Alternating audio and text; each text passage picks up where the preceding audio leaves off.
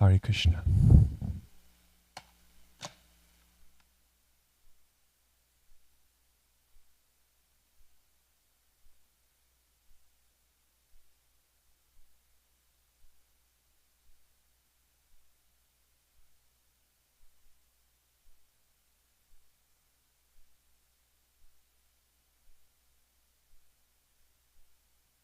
Jaya Radha Madhava Kunja Bihari Radha Madhava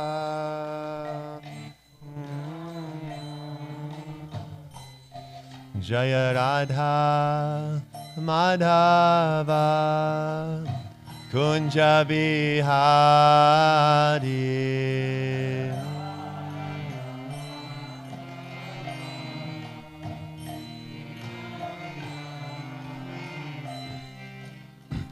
Gopi Janavalabha Girivadadhari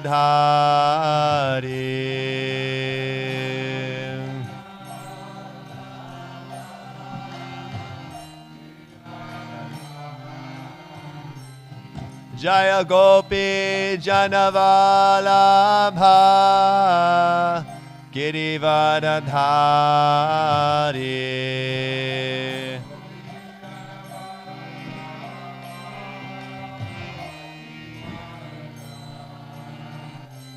Yashodanandana Braja Janaranjana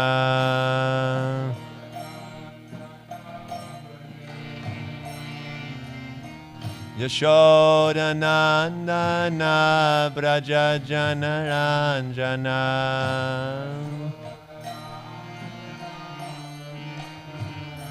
Jamuna Tiravana Chari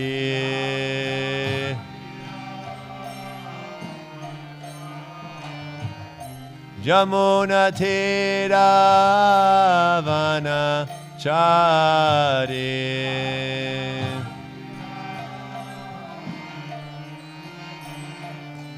Jaya Radha Madhava Kunja Bihari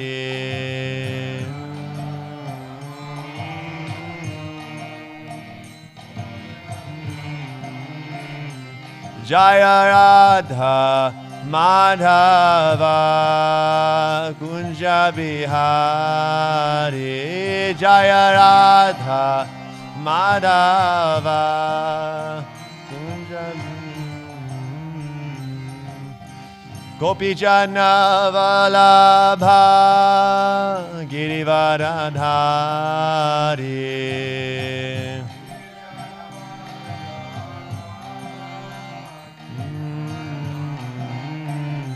Jaya Gopi Janavalabha Girivadadhari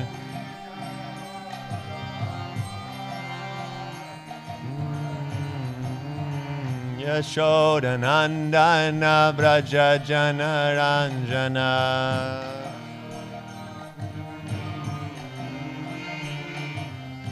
Yashodanandana Braja Janaranjana Jamuna Tiravana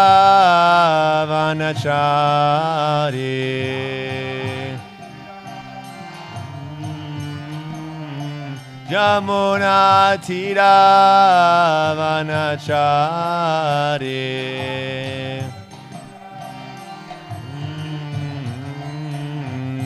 Jaya Radha Madhava Kunja Bihari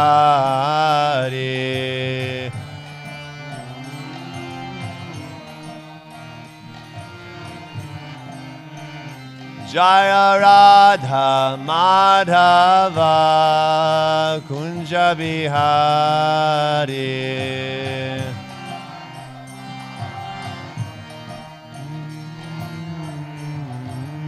Jaya Radha Madhava Kunja Bihari Radha Madhava Kunja Bihari. Shri Shri Radha Kalachandji ki jai. Srila Prabhupada ki jai. Grantaraj Srimad Bhagavatam ki jai.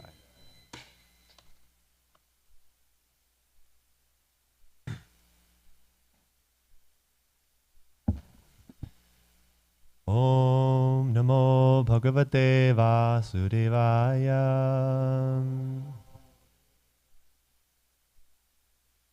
Om Namo Bhagavate Vasudevaya. Om Namo Bhagavate Vasudevaya.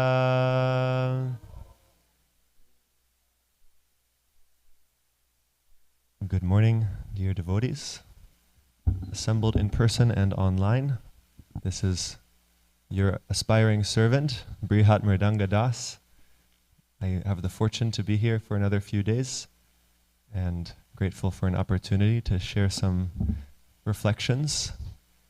And many of you, most of you are my seniors, and I ask for your blessings so that I can share something relevant and beneficial for all. Pop quiz. Do you know which verse number is Kaler Dosha Nidhe Rajan Astiheko Mahadguna? It's Canto 11. I'm asking because I don't know. 11, I think it's 5. This is the verse I thought to discuss today. I was told it's speaker's choice. And this is a favorite verse of mine, describing the dangers of our situation and the way out. So this is actually Canto 12, Chapter 3, verse 51 from Srimad Bhagavatam. So please pull it up on your devices if you're able. 12:3:51.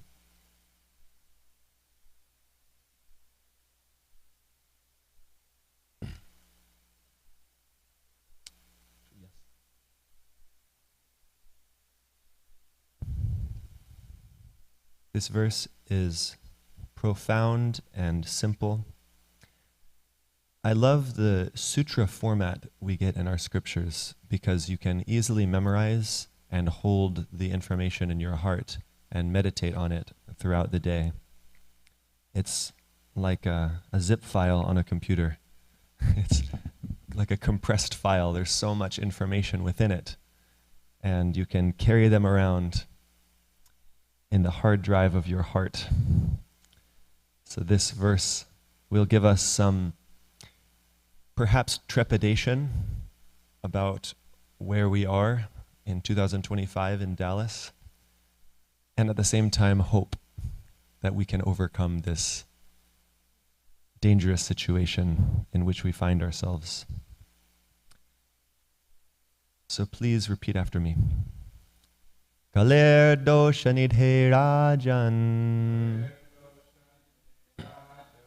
asti hyeko mahan guna kirtanad eva krishnasya mukta sanga parang vrajet.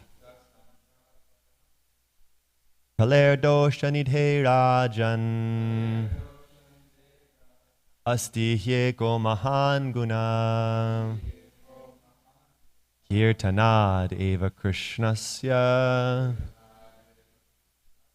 mukta sanga param vrajet. Kaler dosha nidhe rajan asti hyeko mahan guna kirtanad eva krishnasya mukta sanga param vrajet. Please repeat. Dosha nidhe rajan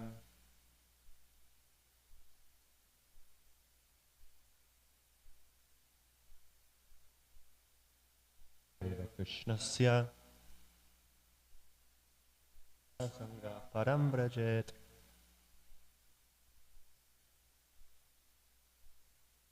Please. Kalerdo Shanidhe Rajan Astihe Ko Mahan Guna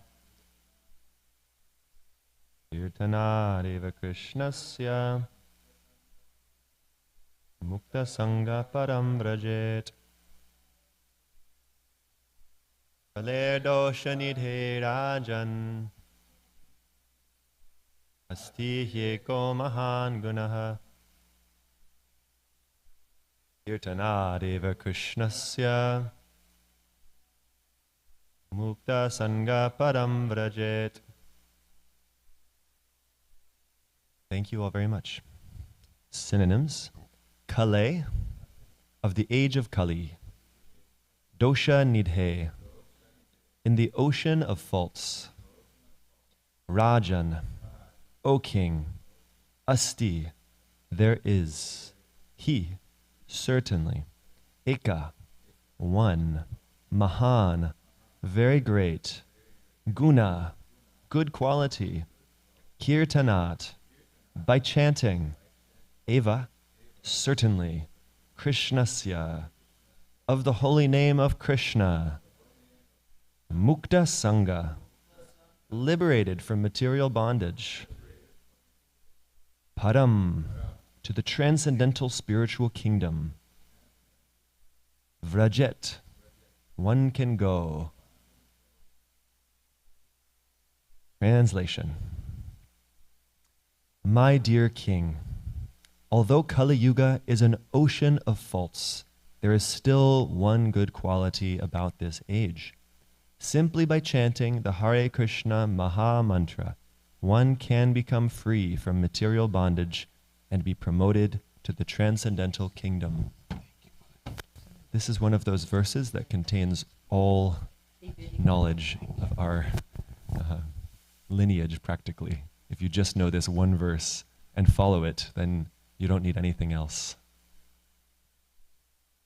Purport.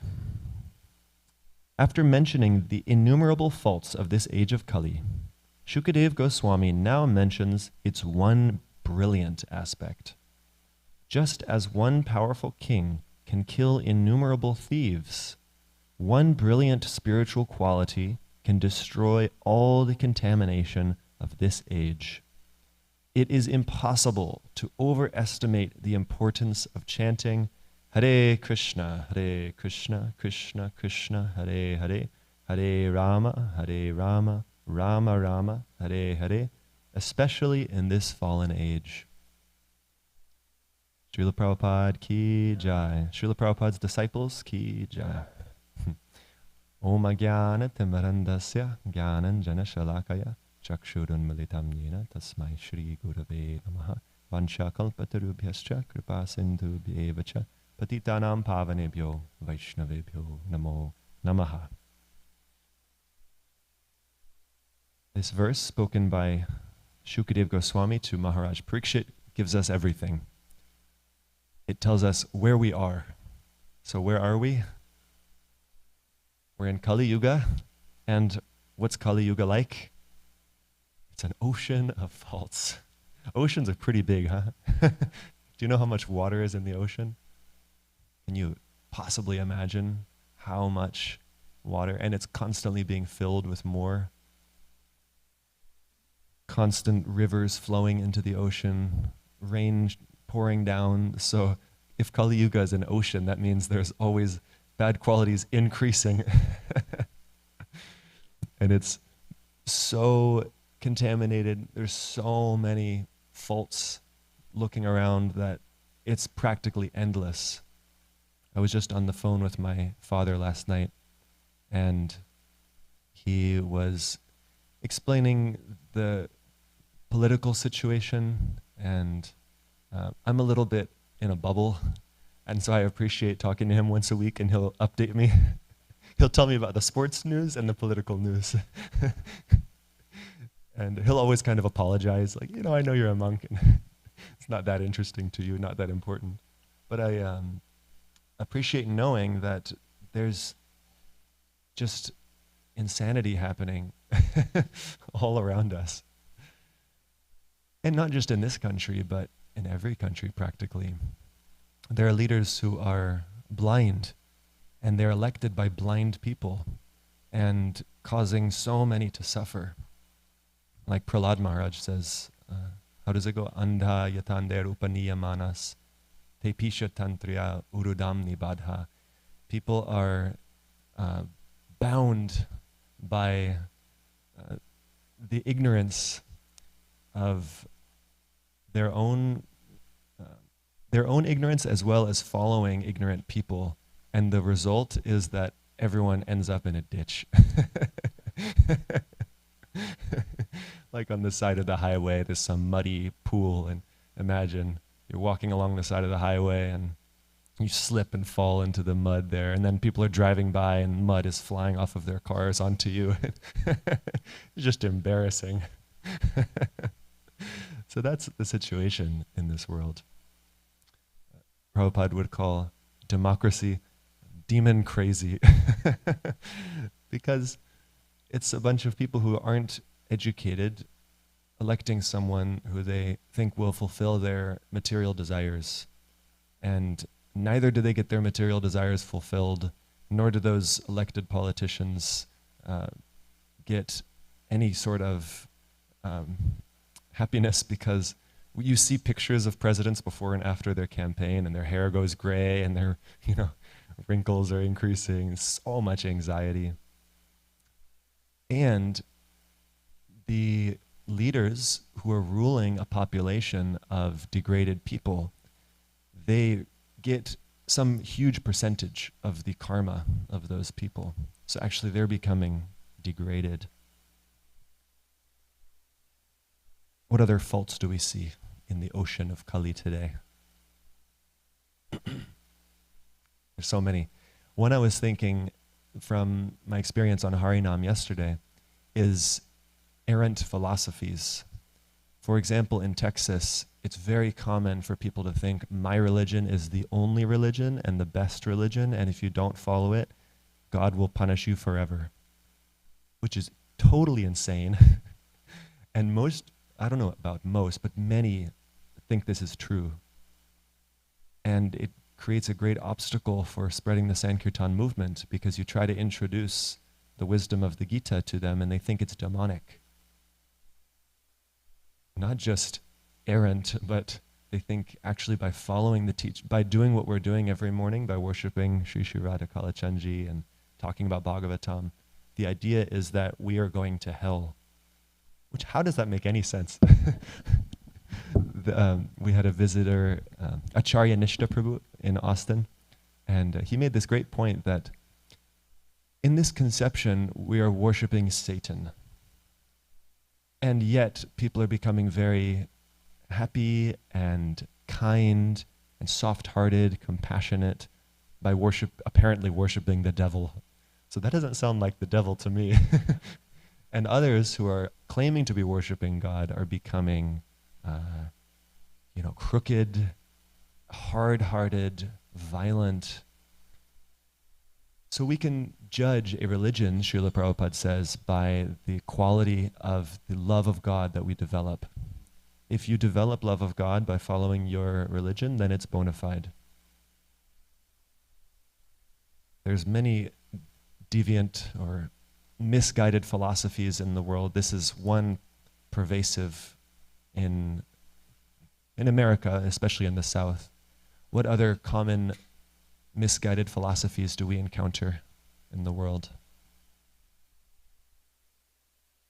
Mayavad philosophy, impersonalism, quite common.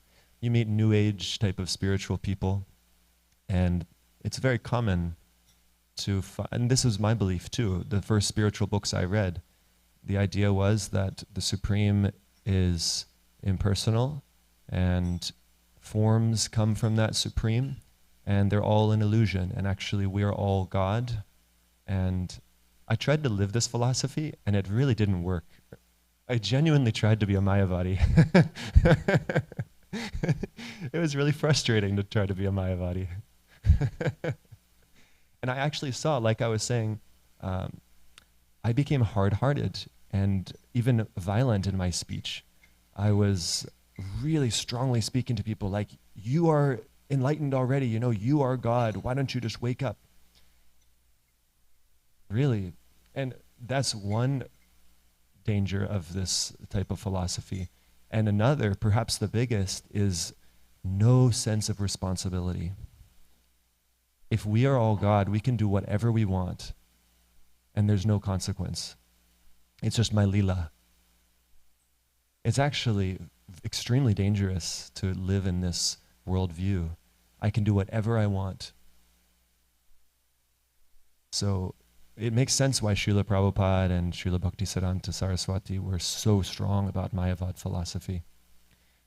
In fact, the devotees in, I can't remember who, maybe Brahmananda Prabhu, in 26 Second Avenue, they heard Srila Prabhupada speaking very strongly against Mayavad philosophy. And they were thinking, is this just some little, small sect in India? Like, I don't get it. Who are these Mayavadis? And after some time, it dawned on them, oh, that's me.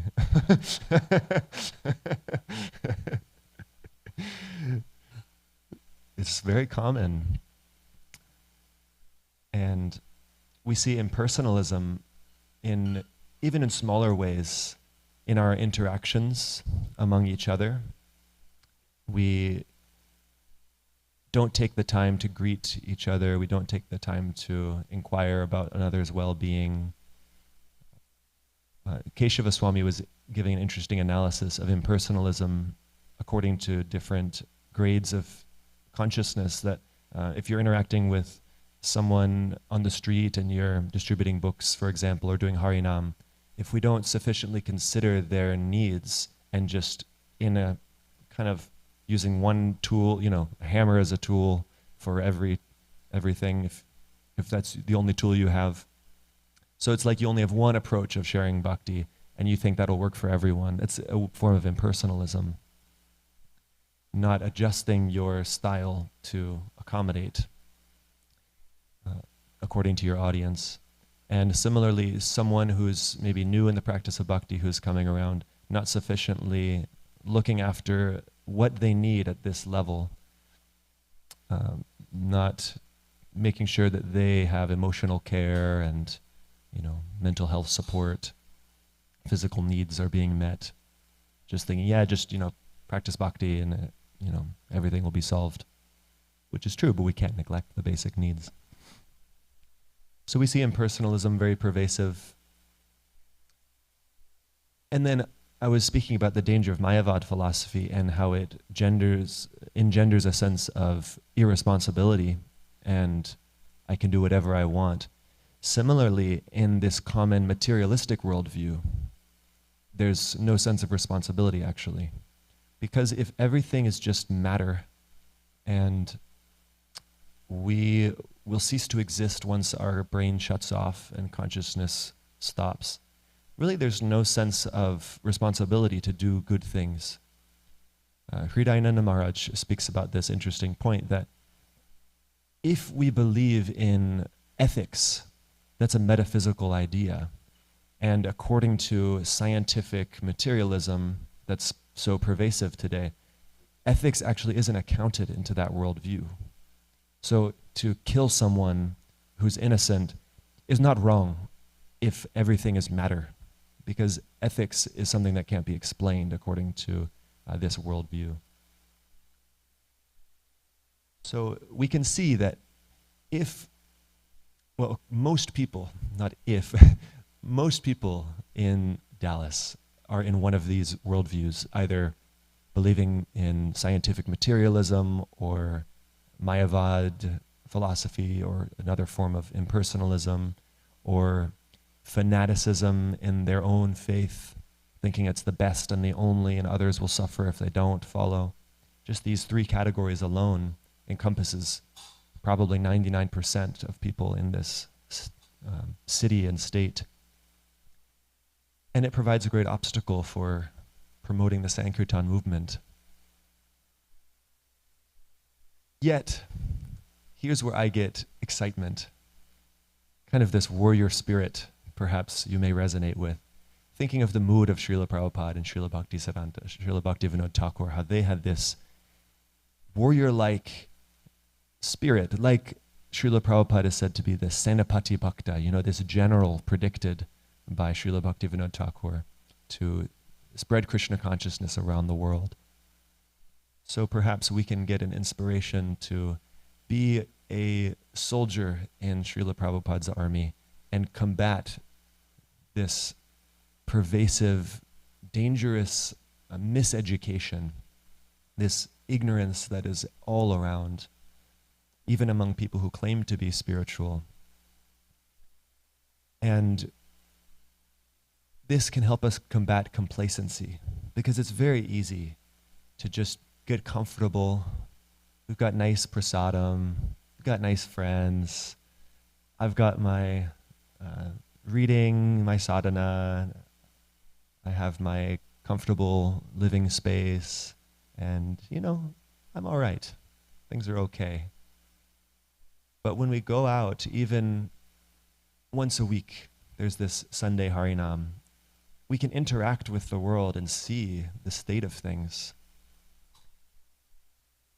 And we can recognize that we have a responsibility. The danger of some of these philosophies is a sense of irresponsibility. Yet the philosophy of Srimad Bhagavatam, the philosophy of Gaudiya Vaishnavism, is very responsible. It teaches us that ye yata mam prapadyante tam stataiva bhajami aham. According to the responsibility that we take up to become purified, to that degree Krishna will reciprocate. He will take full responsibility for us if we take full responsibility for trying to perfect our lives. Not that just I believe and this saint will take me back to Godhead, or no, we have to work hard. And also, if we understand the philosophy of why someone begins the process of bhakti, we also get a sense of responsibility to help others. Because it's not an automatic thing that someone becomes a devotee, right? What's the first thing someone needs to take up the practice of devotional service? Even before, so Shraddha generally we hear, yes, but before this, actually Vishwanath Chakravarti Thakur describes that we need the mercy, it's called satam kripa, the mercy of a devotee. This is how our spiritual life actually begins before Shraddha. The Shraddha doesn't come from nowhere. It comes from interaction with Vaishnavas, agyata sukriti. And once that agyata sukriti stockpile is large enough, then we become interested to practice devotional service. So by people coming to Kalachanjis and taking the prasadam lovingly cooked and offered by devotees, by seeing the kind Vaishnavas in the hallway and in the restaurant, they get these impressions in their heart. And once those impressions are sufficient, and there's a sense of awakening of, maybe I should befriend one of these Kalachanji's people. They looked a little strange before, but they seemed nice, but maybe I should make a friend. So this is how the spiritual life of a conditioned jiva begins, is by interactions with Vaishnavas.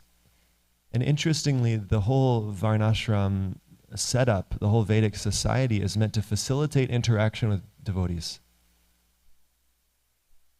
That when you go and you do a puja because you want to go to heaven, or you want to honor your forefathers, then you interact with a brahmana and or a Vaishnava, and you chant these Vishnu mantras. So you interact with Vishnu and Vaishnavas and brahmanas by automatic arrangement in Vedic society. Unfortunately, most people are not in a Vedic society, and therefore we have to go out of our way to give them opportunities to have association with Vaishnavas. It's our responsibility, because Krishna won't interrupt the free will of the jivas, but we have that opportunity. Krishna gives his devotees the ability to interrupt someone's free will, to grab their hand and say, no, you are following a blind leader. You should come and follow Srila Prabhupada. He has the vision. He will take you to actual happiness. It's the responsibility of the Vaishnavas. And especially by collaborating, by working together, Vaishnavas can do extraordinary things. Right? Mukam karoti vachalam pangum lankayate girim yat kripata maham vande Shri Gurum dinatarinam. That by the empowerment of the spiritual master, and especially in cooperation with each other to please Srila Prabhupada, even the blind can see, even the crippled can cross mountains. One who remembers Lord Chaitanya, easy things become difficult, difficult things become easy. And if you forget Lord Chaitanya, then even easy things become difficult. So we must make a combined effort to spread this gift that we have received with the people of this city. Otherwise, it's a bit selfish. We can become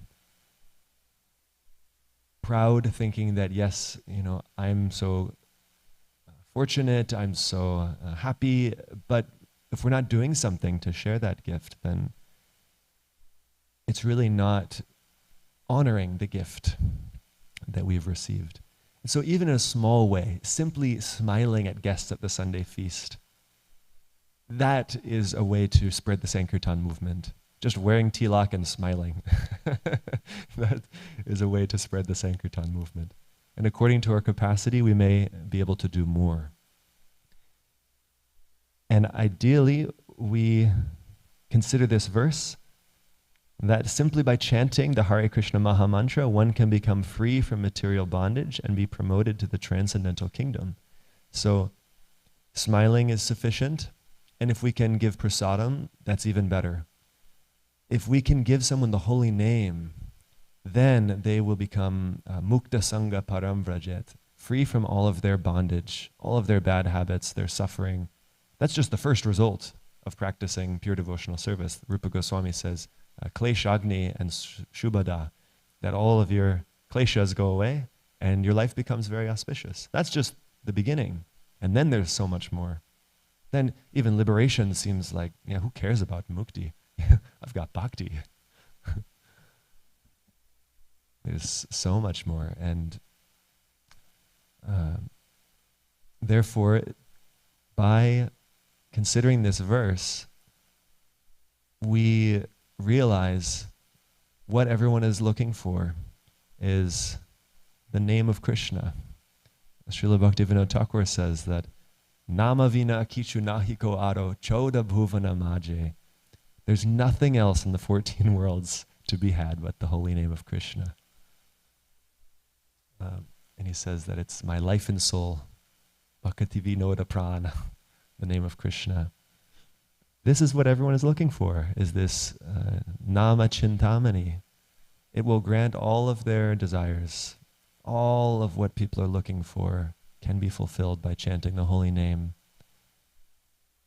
And what's amazing is by sharing the holy name, we recognize the potency of the holy name even more. We receive the mercy of the holy name even more. Vaisheshika Prabhu gives a great example of this, that in the Vedic times, the Brahmanas would test their mantras to revive, by reviving dead animals that were sacrificed in these yagyas. And in a similar way, people in this world are living an animal life and they're practically walking dead. Right? There's no life if you're simply living for sense gratification. This is even below the basic standard of human life. And we can revive ourselves and others by testing this mantra. So you go out on the street and you ask someone to chant the name of Krishna. And it's amazing. If they're a little open to try to chant, they start to smile immediately. Or they'll say no, because actually they believe there's some potency in the mantra. No, I can't do that. They're afraid there's some power there. So you see that people just light up when they chant the name of Krishna, just one time. Now, what to speak of those who begin a regular practice of chanting? How much life people get.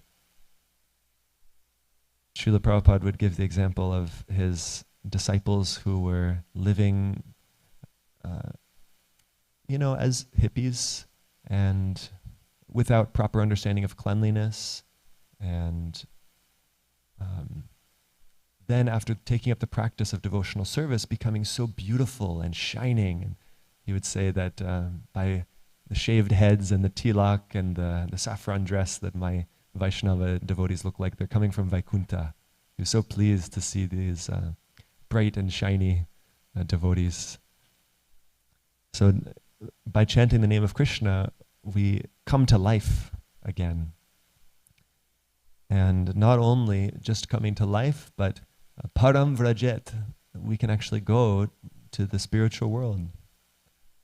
Anyone, even the most misguided, lost person, the Jagais and Madhais of, not girly, no one here is, all the Vaishnavas now have the houses on Girly Avenue. In the area of Dallas, there's so many people who just don't know what the right thing is, and they're degrading themselves. And if they can receive the fortune to have the faith of chanting Krishna's names regularly, they can come back to life. And therefore, this is the Mahad Guna, the Eka, the single good quality of this age, is that chanting the name of Krishna will give one all perfection in life. And the point that I am wanting to make for all of us is that we must take responsibility in our own life to chant this name of Krishna, to become purified ourselves, and even more to take responsibility to share the name of Krishna with others. And these go hand in hand. It's not that we have to become perfect first to share. No, by sharing, we become purified. And by sharing, we recognize the gift we've received. We see the condition people are living in. We become compassionate. We become grateful for our own situation. And we have a greater impetus to take our spiritual life seriously, to take our japa very seriously. Because the most unfortunate people are those who have received this gift and don't take it seriously. So let us recognize our good fortune, take it very seriously, and share it with others. Hare Krishna. Thank you.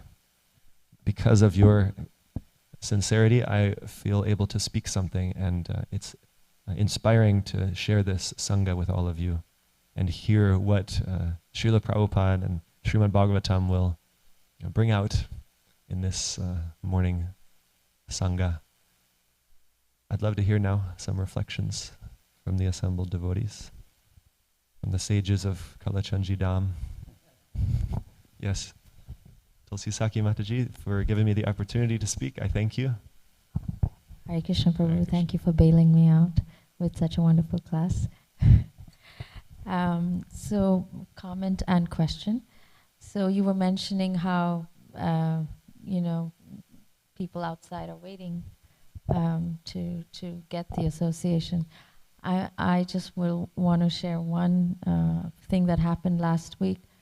So I go for pottery classes, and the teacher, I switched timings, so the teacher there, I have a new teacher now, and just casually we were talking, and I was showing some of the other work that I'd done with the other teacher, and there was this lead, learn, serve motto from TKG that I had on there, and she just started asking which school and where, and she was like, "Oh, Kalachandji's, that's one of my favorite restaurants."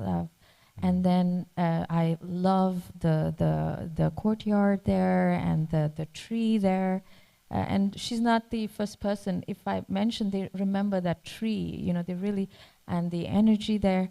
And then she said, I've lived in Dallas all my life, the only time I left Dallas, I took one picture with me, and that was the picture of Kalachandji's courtyard.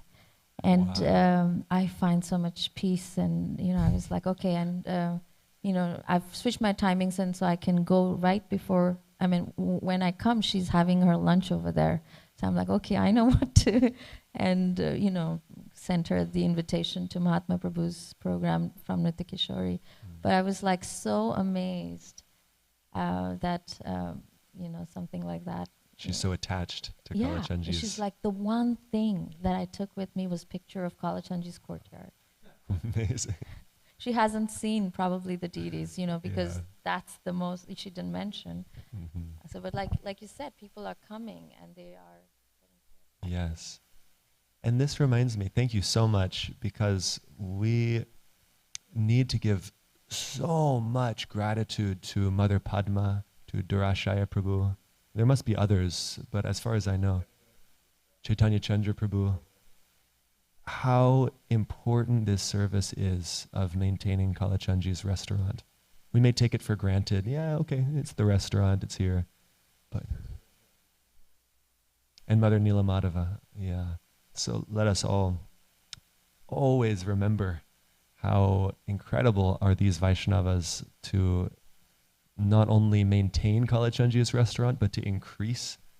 What an incredible service they're doing to make Dallas Sankirtan friendly. This is the mission statement of ISKCON Communications. Anuttama Prabhu, he mentioned this.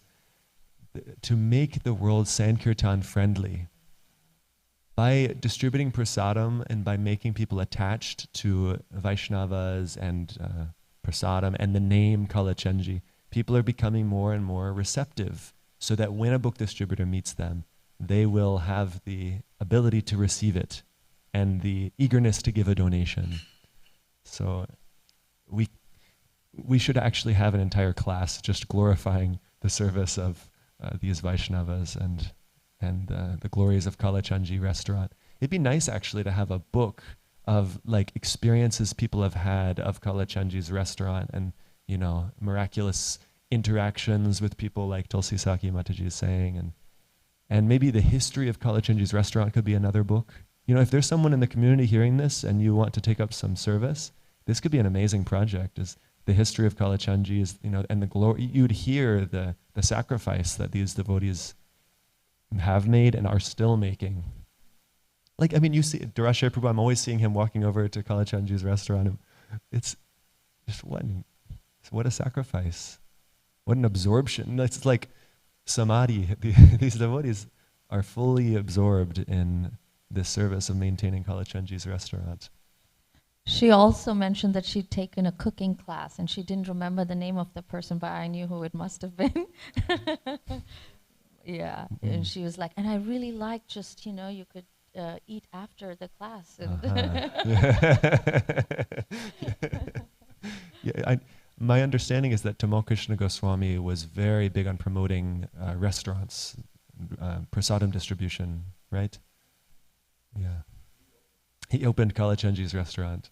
Yeah, so ultimately Srila Prabhupada and Tamal Krishna Goswami in this community are the source of this inspiration for Kalachandji's restaurant. So let us not forget the inspiration from its root.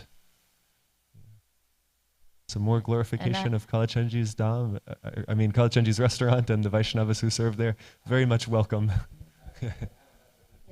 No. My other question is not so important.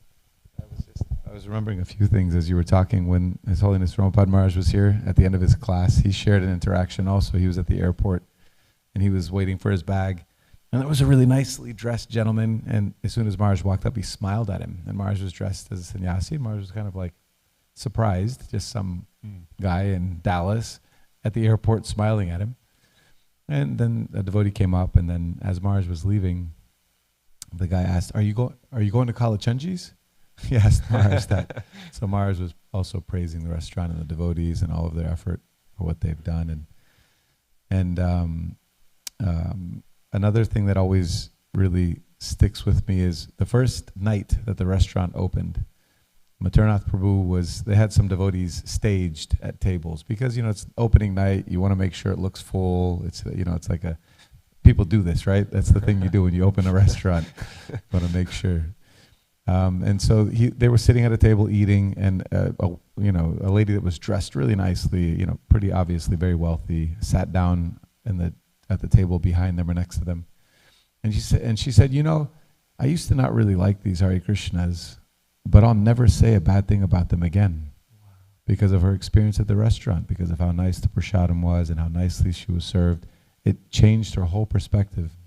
And Parameshwar Prabhu and Paramakaruna Prabhus both separately have told me that Dallas is one of the easiest places for them to distribute books in the whole country.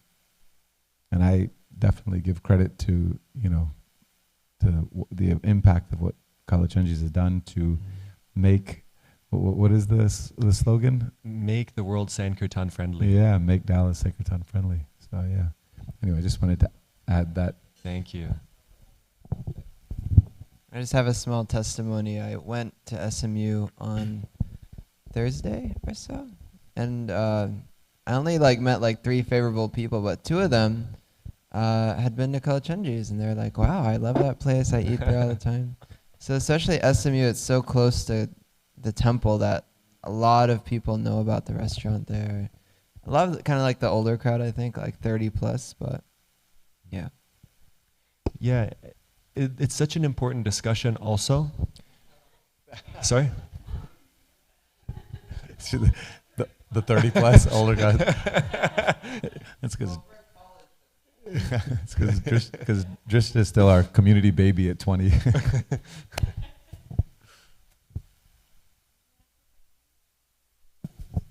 Yes, well, also I want to mention Mother Nandini and Kartikeya Prabhu were the first managers of the restaurant. Mother Nandini said she wasn't even initiated yet. She was Bhakti Nancy, and she was sitting in this temple room, and His Holiness Tamal Krishna Goswami Maharaj said, "And Bhakti Nancy is going to manage the restaurant?" She was like, "Oh!" It was news to her, but she obviously did a fantastic job.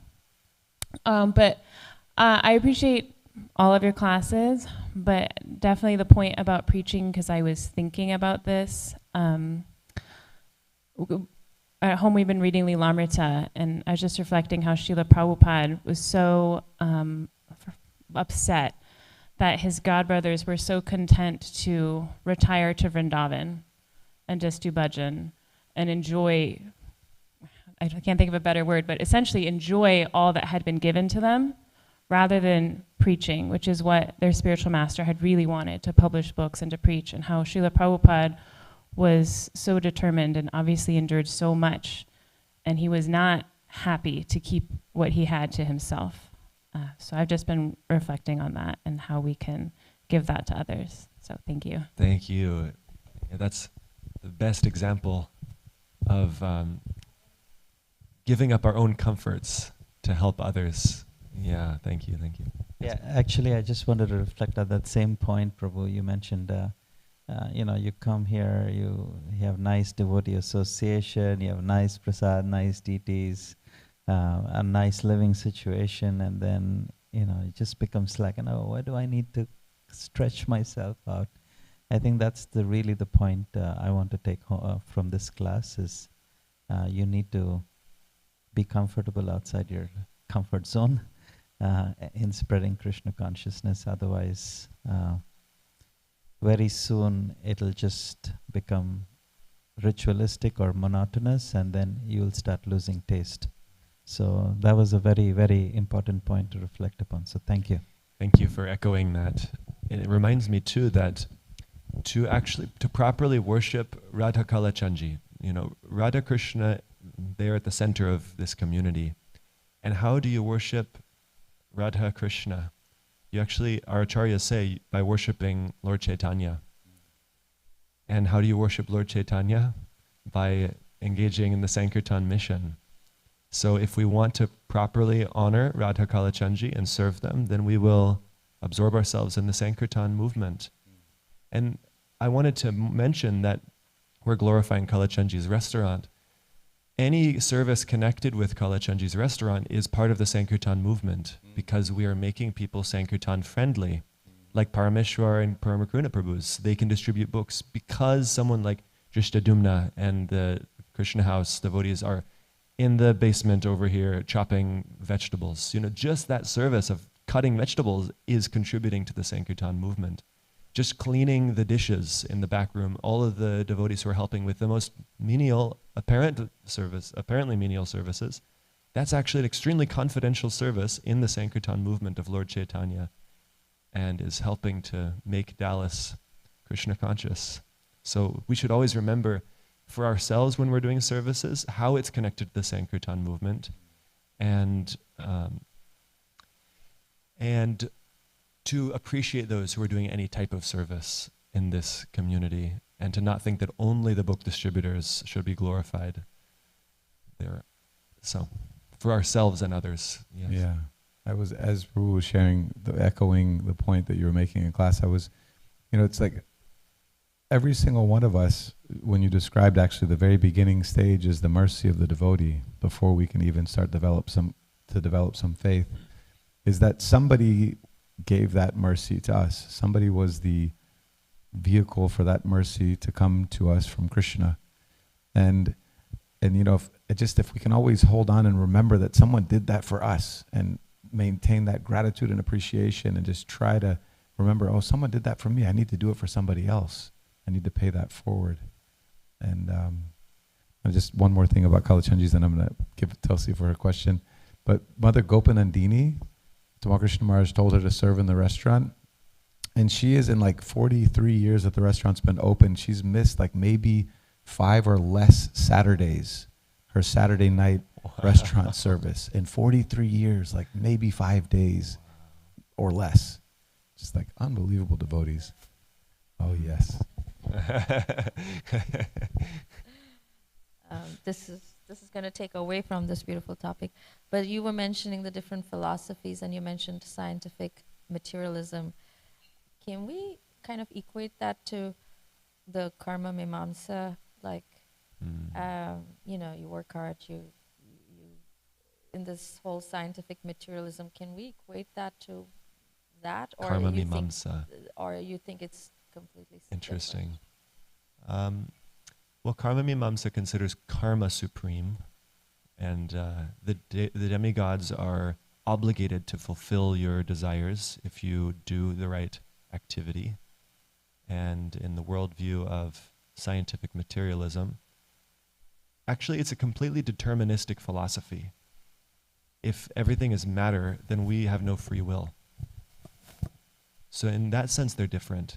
The karma mimamsa philosophy has an understanding of free will, that you can choose to do the right action and be elevated, or the wrong action and be demoted.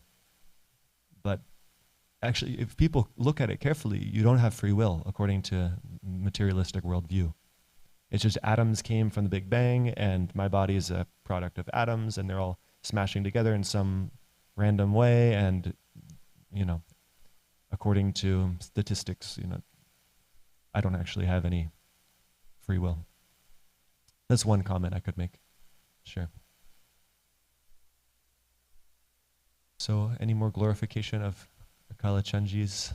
I think maybe we should just all take a moment and appreciate all those Vaishnavas, starting from Srila Prabhupada, who inspired Tamal Krishna Goswami, and Tamal Krishna Goswami, who gave the vision for Kalachandji's restaurant, and others like Govinda's in Houston, and maybe there's others. And now Kalachandji's has expanded to colleges, 3 different colleges, by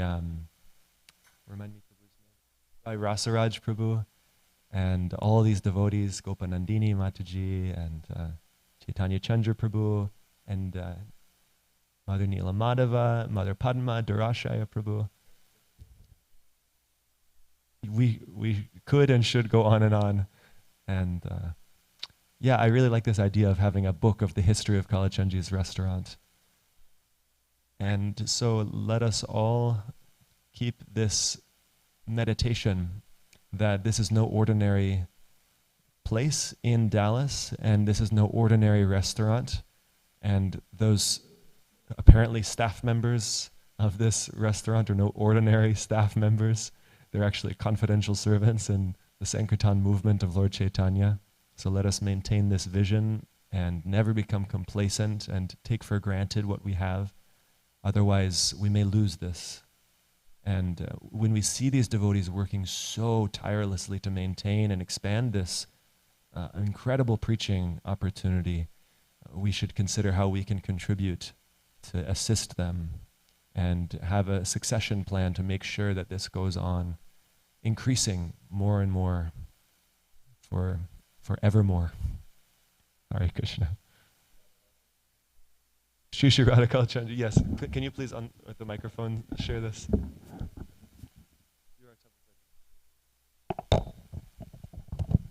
Shri Shri Radhakala Janji, if you so desire, please bless us so this may come true by your mercy and by the mercy of Hari Guru and the Vaishnavas. Thank you so much. Hare Krishna, Krishna, Krishna, Krishna, Hare Hare, Hare Rama, Rama Rama, Hare Hare. Please kindly consider our prayer. Hare Krishna. Shri Shri Radha Kalachandji ki Ki jai. jai. Kalachandji's restaurant ki jai. Jai. All the Vaishnavas who serve Kalachandji's restaurant ki jai. His Holiness Tamal Krishna Goswami Maharaj ki jai. His Divine Grace A.C. Bhaktivedanta Swami Srila Prabhupada ki jai. Gaura Bhakta Vrinda ki jai. Gaura Premanande. Haribol.